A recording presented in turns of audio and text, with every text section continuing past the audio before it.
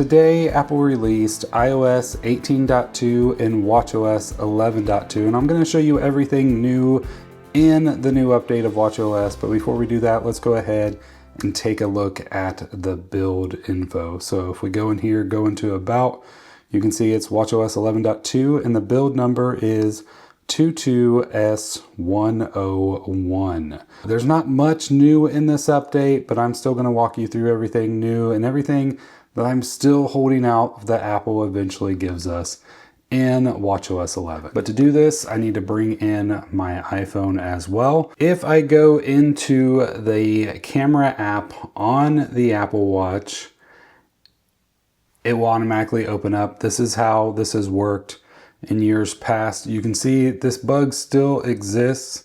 Hopefully Apple eventually fixes that as well. Let's try closing this out and opening it back up and seeing if that fixes this bug. So maybe, there we go. Now we have it. So what we got in watchOS 11 is the fact that now if I hit the record, I now have the pause button. This was added to the iPhone as well.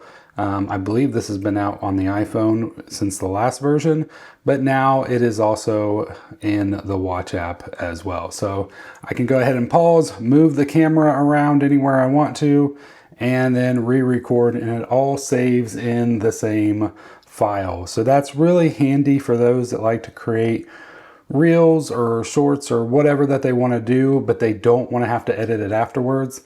This gives you that ability because you can just quickly pause. And so if you are the subject of the video, it just makes it that much easier to pause it without having to walk around behind your phone to do it. I'm going to go ahead in here and hit the stop, close this out. We're going to go move the iPhone off screen and kind of just talk about what I still hope Apple eventually does that they still haven't done yet. So first off, the Siri is still the same. You can see it's still the old Siri animation. We still don't have that new Siri animation that the iPhone gets. I'm hoping that we get that soon, but as of right now, since they haven't done it yet, it's not looking too good. So we may never see that until the Apple Watch actually gets some real Apple Intelligence features, more than just like the leftovers from the phone. One of them being this right here. You can see this is multiple notifications for the calendar in one, and it's kind of given me a little bit of info. That is one of those updates that came out in 11.1, I believe, but we still don't have true Apple Intelligence on this device. Another update that I still keep hoping for that we still have not seen is the always on display for the second hand. So if I cover it up, you can see the second hand goes away. This is a Series 10 Apple Watch, and it still just works on the two new watch faces, which is this Flux watch face right here. You can see the second hand as it ticks.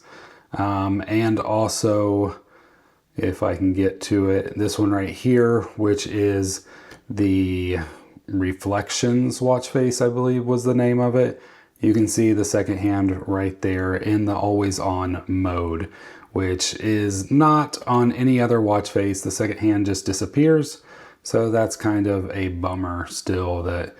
And at this point, I gotta say, if Apple hasn't done it yet, I'm kind of questioning if we're gonna see it at all in watchOS 11 at this point.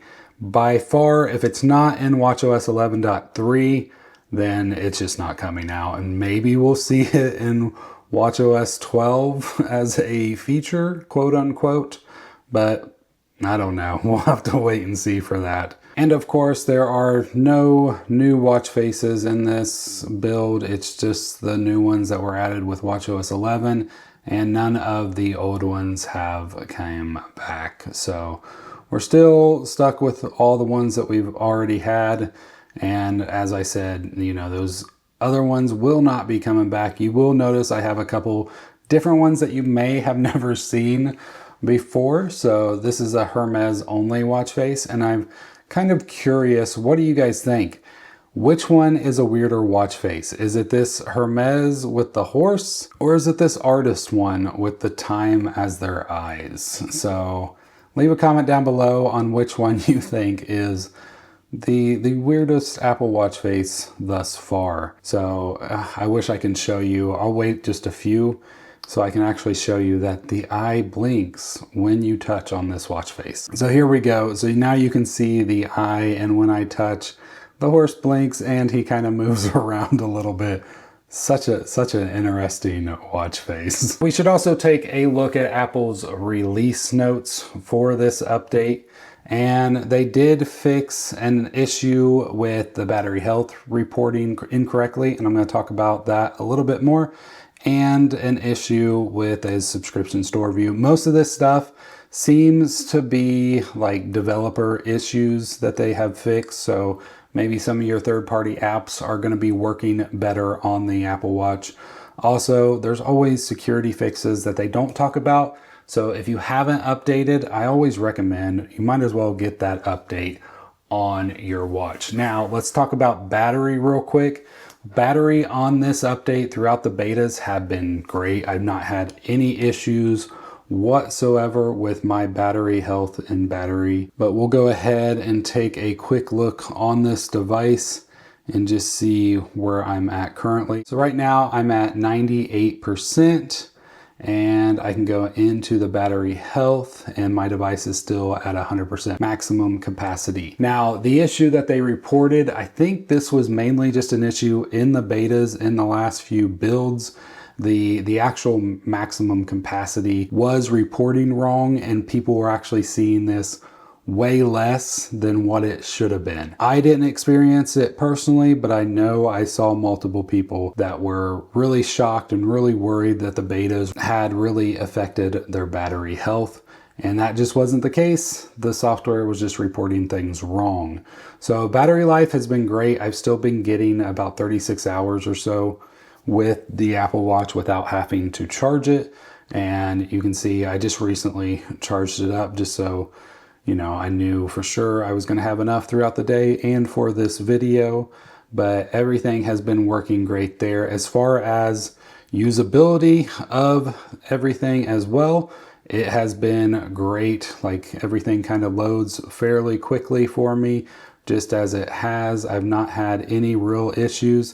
There was also another update that I almost forgot about, and that is with the Tides app. I believe I heard something about more support for different areas. I don't think I can see. I really don't know enough about the different tides and beaches in the area, but I believe they did add another beach access that you can actually look at and get the tide info from. I think it was somewhere in China or something, if I remember correctly. They did have that as well. Overall, like I said, the usability of the app has been great. It's been working great.